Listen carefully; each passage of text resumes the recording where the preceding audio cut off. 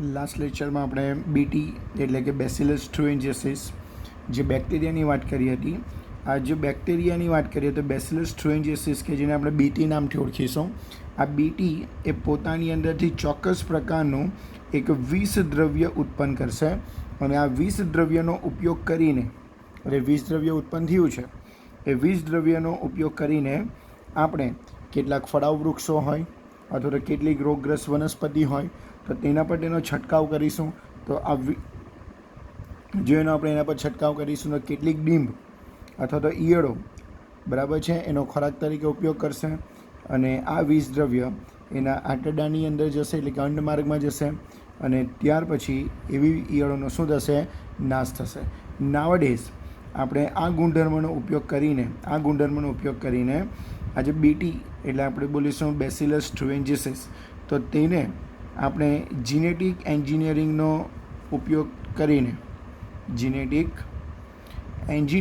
ઉપયોગ કરીને બરાબર છે. હવે આપણી પાસે લેસન નંબર 6 અને 5 જે જીનેટિક્સ અને જીનેટિક એન્જિનિયરિંગ અને બાયોટેકનોલોજીના લેસન છે 11 અને 12, તો તેની અંદર આપણને જીનેટિક એન્જિનિયરિંગ વિશે આવશે. પણ યાદ રાખજો કે આ જે જીનેટિક એન્જિનિયરિંગ છે એ નાવડેઝ એટલે કે આજના સમયની અંદર સૌથી જો વિકાસશીલ કોઈ બ્રાન્ચની વાત કરીએ તો એ જીનેટિક એન્જિનિયરિંગ જ છે. અને જીનેટિક એન્જિનિયરિંગમાં પણ જો આપણે પ્લાન્ટ જીનેટિક એન્જિનિયરિંગની વાત કરીએ તો એ સૌથી વધારે વિકસિત અને સૌથી ડિમાન્ડેબલ જો વાત કરીએ તો આ જીનેટિક એન્જિનિયરિંગ છે.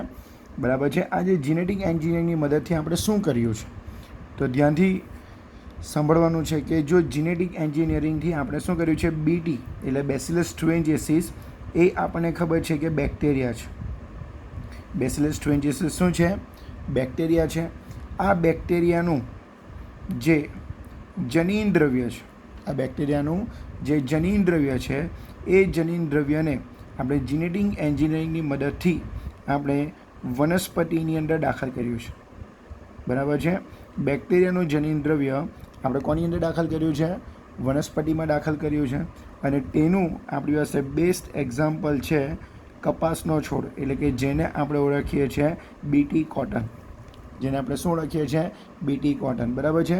બેસિલસ થ્રુએન્જીસિસ કોટન આ એક એવો કપાસનો છોડ છે કે જેની અંદર આપણે બેક્ટેરિયાનું જનીનને શું કર્યું છે?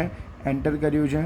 હવે નોર્મલી આ જે લેસન છે એ લેસન આપણે જો સિક્વન્સ પ્રમાણે જોઈએ તો આપણો 5મો અને 6થા લેસન પછી આ લેસન ભણવામાં આવશે. તો આપણને એક્ઝેક્ટલી બીટી કોટન વિશે ખબર હતી.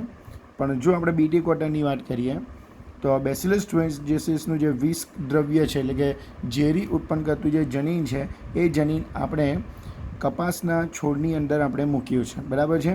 એટલે આપણને ક્વેશ્ચન થશે કે બેક્ટેરિયા એટલે કે એક જીવાણુનું જનીન વનસ્પતિમાં કેવી રીતે દાખલ થશે? તો આપણે હમણાં જ કીધું કે એના માટેની એક બ્રાન્ચ છે જીનેટિક એન્જિનિયરિંગ. બરાબર છે. અને આપણે કીધું એ પ્રમાણે કે આ હાલના દિવસોની અંદર બરાબર છે ફોરેન કન્ટ્રીની અંદર જો વેલ ડેવલપ કોઈ બ્રાન્ચ હોય અને જેના પર સૌથી વધારે રિસર્ચ થતું હોય તો તે છે જીનેટિક એન્જિનિયરિંગ અને પ્લાન્ટ જીનેટિક એન્જિનિયરિંગ. તમારે એનો અનુભવ લેવો હોય તો તમે જોઈ શકો છો આપણી આજુબાજુ દરેક સિઝનની અંદર નવા ફ્રૂટના વેરિએશન આવશે. એનો શેપ બદલાઈ જશે, કલર બદલાઈ જશે, ઇવન એની અંદરનો ટેસ્ટ બદલાઈ જશે. તો એ બધું જીનેટિક એન્જિનિયરિંગને અકોર્ડિંગ ટુ આપણે પ્લાન્ટની અંદર પણ શું કરી શકીએ છીએ? ફેરફાર કરી શકીએ છીએ. તો હવે આપણે શું કર્યું છે? બીટી કોટન બનાવ્યું છે. હવે શું થશે કે કોઈ એવી ઈયળ છે કે જે કપાસના છોડને શું કરશે? નુકસાન પહોંચાડે છે. તો આવી જ્યારે ઈયળ કપાસના છોડના પાંદડાને ખાય છે ત્યારે આ બેસિલસ થ્રુએન્જીસિસનું જનીન ક્યાં છે? હવે વનસ્પતિમાં. તો એ જનીનની મદદથી વનસ્પતિમાં શું ઉત્પન્ન થશે? વિષ ઉત્પન્ન થશે. અને આ વિષ જેવું ઈયળના અંડમાર્ગમાં જશે ત્યારે એ ત્યાં ચોક્કસ પીએચ પર, યાદ રાખજો કે ચોક્કસ પીએચ પર આવું વિષકારક જે દ્રવ્ય હતું બરાબર છે તે શું થઈ જશે? એક્ટિવ થઈ જશે. એક્ટિવ થવાને લીધે જે ઈયળ છે તો ઈયળના અંડમાર્ગમાં કાણા પડી જશે અને ઈયળ શું પામશે? મૃત્યુ પામશે. બરાબર છે. તો આપણે સૂક્ષ્મ જીવોનો ઉપયોગ બરાબર છે આ રીતે પણ કરી શકાય. આપણી પાસે એક બીજું એક્ઝામ્પલ છે કે સૂક્ષ્મજીવોનો ઉપયોગ જીવ નિયંત્રક તરીકે. તો જૈવ નિયંત્રણ તરીકે આપણી પાસે એક બીજું એક્ઝામ્પલ છે, એ છે ફૂગનું એક્ઝામ્પલ છે. ફૂગનું નામ છે ટ્રાઇકોડર્મા. ફૂગનું નામ શું છે? ટ્રાઇકોડર્મા. તો આ જે ફૂગ જે ટ્રાઇકોડર્મા ફૂગ છે એ કોના માટે ઉપયોગ થશે? જે રોગિષ્ટ પાક છે, બરાબર, કે એવા પાક કે જેના પર રોગ લાગ્યો છે, તો એ રોગની સારવાર કરવા માટે આપણે ટ્રાઇકોડર્મા ફૂગનો યુઝ કરી શકીશું. આ ટ્રાઇકોડર્મા જે ફૂગ છે, યાદ રાખજો કે કોઈ સાથે સહજીવન ગાળતું નથી, એટલે તમે કહી શકો કેવું છે? મુક્તજીવી છે, અને તે વનસ્પતિના મૂળમાં જોવા મળશે, અને તેની મદદથી રોગિષ્ટ પાકને આપણે શું કરી શકીશું? સારવાર કરી શકીશું. એટલે આપણે એવું પણ કહી શકાય કે આ જે રોગકારકો છે, તો એ રોગકારકો માટે આ ટ્રાઇકોડર્મા એક અસરકારક શું બની જશે? જૈવ નિયંત્રક બની જશે. અસરકારક એક જૈવ નિયંત્રક બની જશે. તેવી જ રીતે આપણી પાસે બીજું પણ એક એક્ઝામ્પલ છે. તેવી જ રીતે આપણી પાસે બીજું પણ એક એક્ઝામ્પલ છે, અને એ છે બકુલો વાયરસ. યાદ રાખજો કે એક્ઝામમાં ઘણી વખત પૂછાયું છે. જે બકુલો વાયરસ છે, એ બકુલો વાયરસ એ કેટલાક કીટકો અને આપણે કહેતો ચાલે કે અન્ય સંધિપાત સજીવો, બરાબર છે.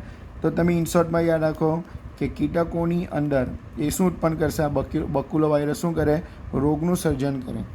તો બકુલો વાયરસ એ કીટકોની અંદર રોગનું સર્જન કરે. તો બકુલો વાયરસનો આ ગુણધર્મનો ઉપયોગ, કેમ કે કીટકો જ પાકને નુકસાન કરતા હોય, કીટકો પાકને શું કરતા હોય? નુકસાન કરતા હોય. તો બકુલો વાયરસનો આ જ ગુણધર્મ કે જે નુકસાન કરતા કીટકોમાં શું કરશે? રોગ ઉત્પન્ન કરશે, એટલે કીટકો શું પામશે? મૃત્યુ પામશે. તો આ જ ઉપયોગના લીધે આ બકુલો જે વાયરસ છે, એ બકુલો વાયરસનો આપણે જે ઉપયોગની વાત કરીએ, તો એ ઉપયોગ આપણે કીધું તેમ જૈવ નિયંત્રણ તરીકે આપણે કરી શકાય, બરાબર છે. કેમ કે આ શું કરશે? બકુલો વાયરસ કીટકોને નુકસાન પહોંચાડશે, એની અંદર રોગ સર્જન કરશે, એટલે કે કીટકો મૃત્યુ પામશે. તો આ ગુણધર્મનો ઉપયોગ કરીને તેને આપણે જૈવ નિયંત્રક તરીકે ઉપયોગ કરી શકીશું.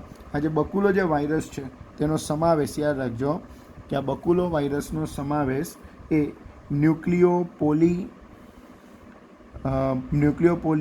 હાઇડ્રોવાયરસ પ્રજાતિ હેઠળ થશે. એટલે કે આ જે વાયરસ છે એ કઈ પ્રજાતિ હેઠળ છે? તો તમે કહી શકો ન્યુક્લિયોપોલી હાઇડ્રોવાયરસની પ્રજાતિ હેઠળ, બરાબર, આપણે બકુલો વાયરસનો ઉપયોગ કરી શકીશું.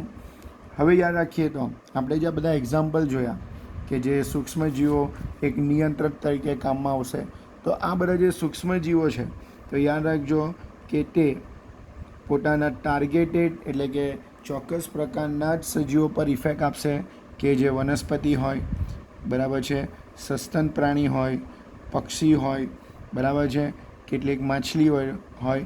તો આ જે સૂક્ષ્મજીવો છે તે કોઈ પણ પ્રકારની આપણે કહેતા ચાલે કે નકારાત્મક અસર, કોઈપણ પ્રકારની નકારાત્મક અસર આપતું નથી, બરાબર છે. એ કોઈપણ પ્રકારની નકારાત્મક અસર વનસ્પતિ, સસ્તન પ્રાણી, પક્ષીઓ કે માછલી પર આપશે નહીં. એના પરથી આપણને આઈડિયા આવી જશે કે ચોક્કસ પ્રકારના સજીવોને શું કરશે? નુકસાન કરશે. એટલે આપણી જે વિવિધતાની અંદર આપણે જેવા સજીવો આપણા માટે જે લાભદાયી સજીવો છે, બરાબર, આપણા માટે જે લાભદાયી જે કીટકો છે, તેનું શું થશે? સંરક્ષણ આપણે કરી શકીશું, કેમ કે બધા પર એ અસર કરતું નથી, બરાબર છે. હવે જો આપણે વાત કરીએ તો આવા જે સૂક્ષ્મજીવો છે, બરાબર, તેનો આપણે ઉપયોગ કરીને આપણું જે નિવસન તંત્ર છે તેના વિસ્તાર કરવા માટે આવા સજીવો આપણા માટે કેવા છે? ઉપયોગી છે. કેમ કે આવા સજીવો એ ચોક્કસ પ્રકારના સજીવો પર જ એની અસર આપશે જે નુકસાન કરતા હોય, બરાબર. આપણા લાભદાયી સજીવોને એના પર કોઈ નકારાત્મક અસર આવશે નહીં. તેથી આપણે નિવસન તંત્રમાં તેનો શું કરી શકીશું? ઉપયોગ કરી શકીશું. Microbes as a bio fertiliser. જો આપણે જૈવિક ખાતરોનો જો સૂક્ષ્મજીવો તરીકે ઉપયોગ કરીશું, જૈવિક ખાતરો તરીકે આપણે સૂક્ષ્મજીવોનો ઉપયોગ કરીએ, તો હાલના સમયની જો વાત કરીએ તો આપણને ખબર છે કે હાલના સમયની અંદર જે પર્યાવરણીય પ્રદૂષણ એટલે કે પોલ્યુશનનું પ્રમાણ એટલું બધું વધી ગયું છે કે જે આપણા માટે એક મુખ્ય ચિંતાનું કારણ છે કે આટલું બધું પોલ્યુશનને કંટ્રોલ કેવી રીતે કરવું. તો એ પોલ્યુશન થવાનું મેઇન રીઝન શું છે? તો યાદ રાખીએ તો કે જે કૃષિ ઉત્પાદન છે, બરાબર, આપણે કીધું એ પ્રમાણે કે હવે વસ્તી વધારે છે અને પ્રોડક્શન ઓછું છે, તો આવા કેસીસમાં જો વાત કરીએ તો કૃષિ ઉત્પાદનને કારણે, બરાબર છે, કૃષિ ઉત્પાદનની વધારે પોપ્યુલેશનને કારણે એની માંગમાં શું થતું જાય છે, વધારો થતો જાય છે. એટલે ખેડૂતો એ માંગને પહોંચી વળવા માટે વધારે ને વધારે રાસાયણિક ખાતરનો શું કરશે, ઉપયોગ કરશે. રાસાયણિક ખાતરના કારણે જમીન છે, પાણી છે, એનું પ્રદૂષણ સર્જવાનું મુખ્ય કારણ, એટલે કે એના લીધે જમીન અને પાણીનું શું થાય છે, પ્રદૂષણ થઈ રહ્યું છે, બરાબર છે. તો હવે આ પ્રદૂષણને અટકાવવા માટે, બરાબર છે, આપણી ઉપર, બરાબર છે, કાર્બનિક ખેતી કરવી, બરાબર, અને જૈવિક ખાતરોનો ઉપયોગ કરવા માટે, જૈવિક ખાતરોનો શું કરવો પડે, ઉપયોગ કરવા માટે આપણને પણ દિવસે ને દિવસે દબાણ શું થઈ રહ્યું છે, વધી રહ્યું છે. કેમ કે આપણે જો પ્રદૂષણને ઘટાડવું હશે તો આપણે કાર્બનિક ખેતી કરવી પડશે અને તેની અંદર આપણે જૈવિક ખાતરોનો ઉપયોગ કરવો પડશે. એટલે કે પ્રદૂષણ ઘટાડવા માટે આપણા પણ દિવસે ને દિવસે કાર્બનિક ખેતી અને જૈવિક ખાતરોનો ઉપયોગ કરવાનો દબાણમાં શું થઈ રહ્યો છે, વધારો થઈ રહ્યો છે. આ જે જૈવિક ખાતરો છે, યાદ રાખજો, આ જૈવિક ખાતરો છે કે જેનો ઉપયોગ કરવાથી જમીન, જે જમીન છે એ પોષકોથી કેવી રીતે થઈ જશે, પોષકોથી સમૃદ્ધ બની જશે, બરાબર છે. અને આ જૈવિક ખાતરોનો જે મુખ્ય સ્ત્રોત છે, જૈવિક ખાતરોનો જે મુખ્ય સ્ત્રોત છે એ બેક્ટેરિયા છે, બરાબર છે, ફંગસ છે અને કેટલાક સાયનોબેક્ટેરિયા, અને કેટલાક સાયનોબેક્ટેરિયા એ જૈવિક ખાતરોનો શું છે, મુખ્ય સ્ત્રોત છે. એટલે આપણે જો પ્રદૂષણ ઘટાડવું હોય તો આપણે શાનો ઉપયોગ કરવો પડશે, જૈવિક ખાતરોનો ઉપયોગ કરવો પડશે. અને આ જૈવિક ખાતરનો ઉપયોગથી જમીનમાં જમીન એક પોષકોથી સમૃદ્ધ બનતી જશે. અને આ જૈવિક ખાતરોની અંદર સાયનોબેક્ટેરિયા, બેક્ટેરિયા અને ફંગસ એના શું છે, મુખ્ય સ્ત્રોત છે. જો આપણે એક એક્ઝામ્પલ જોઈએ તો, જો આપણે એક એક્ઝામ્પલની વાત કરીએ તો આપણે ભણી ગયા છે કે સિમ્બિકુળની વનસ્પતિ, એટલે કે કઠોળ વર્ગની વનસ્પતિ, અને રાઇઝોબિયમ બેક્ટેરિયા, બરાબર છે. તો આ બંને સિમ્બિકુળની વનસ્પતિ અને રાઇઝોબિયમ બેક્ટેરિયા એ બંને શું કરશે, સહજીવન ગાળશે. સહજીવન ગાળશે તો આ જે રાઇઝોબિયમ બેક્ટેરિયા છે, બરાબર છે, એ શાનું સ્થાપન કરશે, આપણને બધાને ખબર છે કે નાઇટ્રોજનનું સ્થાપન કરશે.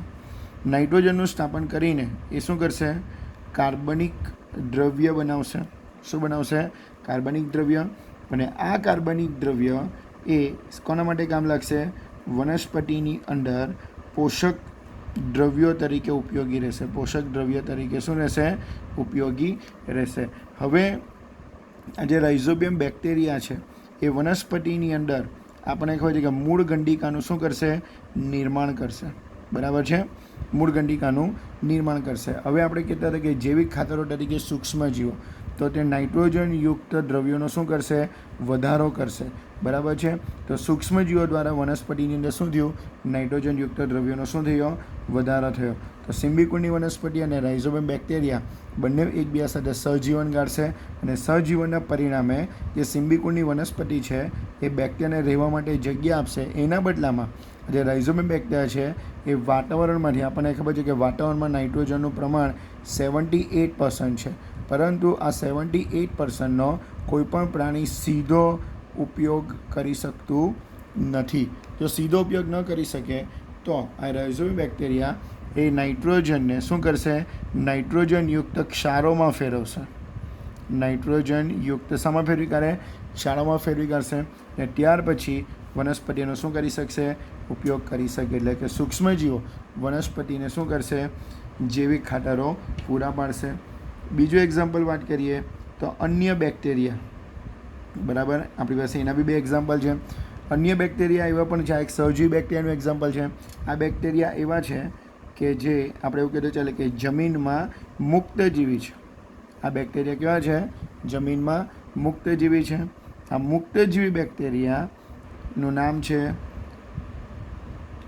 એઝેટોબેક્ટર.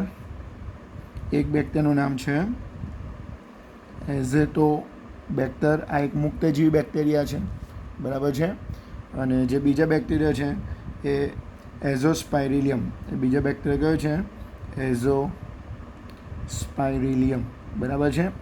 તો રાઇઝોબિયમ બેક્ટેરિયા એ સહજીવન ગાળતું બેક્ટેરિયા છે, જ્યારે 2 બેક્ટેરિયા એઝોથોબેક્ટર અને એઝોસ્પાયરિલિયમ જે બેક્ટેરિયા છે એ જમીનમાં કેવું રહેશે, મુક્ત જીવન જીવશે. આ મુક્તજીવી બેક્ટેરિયા પણ એ શાનું સ્થાપન કરે, નાઇટ્રોજનનું સ્થાપન કરશે અને જમીનને નાઇટ્રોજનથી કેવી બનાવશે, સમૃદ્ધ બનાવશે. જમીનને નાઇટ્રોજનથી સમૃદ્ધ બનાવશે. તો ક્લિયર થઈ ગયું હશે કે એક સહજીવન કાળતું જે બેક્ટેરિયા છે તે પણ વાતાવરણની અંદરથી નાઇટ્રોજનનું સ્થાપન કરી શકે છે, અને મુક્તજીવી બેક્ટેરિયા છે એ પણ વાતાવરણમાંથી નાઇટ્રોજનના ક્ષાર તરીકે નાઇટ્રોજનનું શું કરી શકે છે, સ્થાપન કરી શકે છે. આપણી પાસે એક બીજું એક્ઝામ્પલ છે તે ફૂગનું છે. આ ફૂગ તરીકે આપણી પાસે ગ્લોમસ પ્રજાતિની ફૂગ છે. બરાબર છે. આપણી પાસે એક બીજું એક્ઝામ્પલ છે ફૂગ અને વનસ્પતિ વચ્ચે સહજીવન, કે જેને આપણે શું કહીશું, માઇક્રોરાઇઝા. બરાબર છે. ફૂગ અને વનસ્પતિ વચ્ચેનું જે સહજીવન છે એને આપણે કહીશું માઇક્રોરાઇઝા. આ જે ફૂગ છે એ ગ્લોમસ પ્રજાતિની છે. બરાબર, કે જે વનસ્પતિ સાથે સહજીવન ગાળીને આપણે કહીશું તો શું કરશે, માઇક્રોરાઇઝા રચે, એટલે કે માઇક્રોરાઇઝા બનાવશે. અને માઇક્રોરાઇઝા એટલે તમે કહી શકો કે કવક મૂળ વિકસાવશે. હવે જો આપણે વાત કરીશું કે જે ફૂગ જે વનસ્પતિ સાથે સહજીવન કરીને માઇક્રોરાઇઝા, એ જે સહજીવન છે એને માઇક્રોરાઇઝા કહેવાશે. તો આ જે ફૂગ છે એ ગ્લોમસ પ્રજાતિની ફૂગ છે કે જે વનસ્પતિ સાથે સહજીવન કરશે. આ ગ્લોમસ પ્રજાતિની જે ફૂગ છે એ વનસ્પતિ એ જમીનમાંથી આપણે એવું કહીએ ચાલે કે ફોસ્ફરસનું શું કરે, શોષણ કરે, અને ફોસ્ફરસનું શોષણ કરીને કોને આપશે, વનસ્પતિને આપશે. આ ફોસ્ફરસ એ વનસ્પતિના મૂળમાં એક રોગકારકો તરીકે અથવા તો રોગકારકો તરીકે પ્રતિકારકતા ઉત્પન્ન કરશે. એટલો એનો મતલબ એ થયો કે ફોસ્ફરસના લીધે મૂળની અંદરથી આપણે એવું કહીએ ચાલે કે મૂળમાં, બરાબર છે, એક રોગ પ્રતિકારકતા ડેવલપ થશે.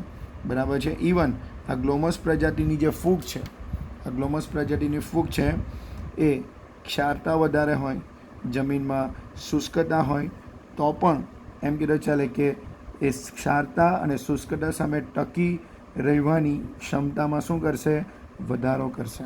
બરાબર છે. એટલે કે ફૂગ પણ વનસ્પતિને બરાબર ફોસ્ફરસ પૂરું પાડશે.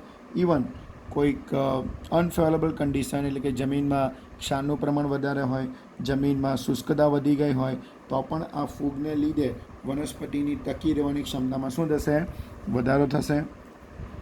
હવે આપણી પાસે એક છેલ્લું એક્ઝામ્પલ છે સૂક્ષ્મજીવોનું, અને એ સૂક્ષ્મજીવોનું જે લાસ્ટ એક્ઝામ્પલ છે એ છે સાયનોબેક્ટેરિયા. બરાબર, સાયનોબેક્ટેરિયા કે જેને તમે એમ પણ કહી શકો સ્વયંપોષી, જેને શું કહેવાય કે હશે, સ્વપોષી સૂક્ષ્મજીવ પણ કહી શકાય. બરાબર છે. તો આ સ્વપોષી અથવા તો જે સાયનોબેક્ટેરિયા છે એ જલીય અને સ્થલીય બી જોવા મળશે, એટલે જમીન અને પાણીમાં પણ જોવા મળશે. અને આનું મોટાભાગનું કામ, આપણે કહીએ ને મોટાભાગના કામ એનું વાતાવરણમાંથી નાઇટ્રોજનનું શું કરવાનું, સ્થાપન કરવાનું. વાતાવરણમાંથી નાઇટ્રોજનનું સ્થાપન કરવાનું. એક્ઝામ્પલ તરીકે તમે લઈ શકો એનાબીના. બરાબર છે. એક્ઝામ્પલ તરીકે નોનસ્ટોક, અને એક્ઝામ્પલ તરીકે ઓસિલેટોરિયા. બરાબર, આ સાયનોબેક્ટેરિયાના એક્ઝામ્પલ છે કે જે જલીય અને સ્થલીય સ્વરૂપમાં પણ જોવા મળશે. બરાબર છે, કે જેનું કામ શું છે, નાઇટ્રોજનનું સ્થાપન કરવાનું. તેનું એક્ઝામ્પલ છે એનાબીના, નોનસ્ટોક અને એસિલેટોરિયા. બરાબર છે. હવે આપણે એક બીજું એક્ઝામ્પલ જોઈએ તો ડાંગરના ખેતરોમાં, બરાબર, ડાંગરના ખેતરોની અંદર આપણે હમણાં જ કીધું સાયનોબેક્ટેરિયા. બરાબર, જે સાયનોબેક્ટેરિયા છે તેનો ઉપયોગ જૈવિક ખાતર તરીકે પણ કરવામાં આવશે. બરાબર છે. સાયનોબેક્ટેરિયા એટલે તમે કહી શકો બ્લુ ગ્રીન આલ્ગી, જેને તમે કહી શકાય બ્લુ ગ્રીન આલ્ગી. આ બ્લુ ગ્રીન આલ્ગી એ જૈવિક ખાતર તરીકે ઉપયોગ કરીને આપણે ફળદ્રુપતામાં શું કરી શકાય, વધારો કરી શકાશે. બરાબર છે. તો સાયનોબેક્ટેરિયા એ સ્વયંપોષી સૂક્ષ્મજીવો છે જે જલીય અને સ્થલીય વિસ્તારોમાં મોટાભાગના જે બેક્ટેરિયા છે તે વાતાવરણમાંથી નાઇટ્રોજનનું શું કરી આપશે, સ્થાપન કરી આપશે. કે જેના એક્ઝામ્પલ જેનાબીના નોનસ્ટોક અને એસિલેટોરિયા. ડાંગરના ખેતરોમાં સાયનોબેક્ટરનો ઉપયોગ જૈવિક ખાતર તરીકે કરવામાં આવશે કે જેનાથી જમીનની ફળદ્રુપતામાં આપણે શું કરી શકીશું? વધારો કરી શકીશું.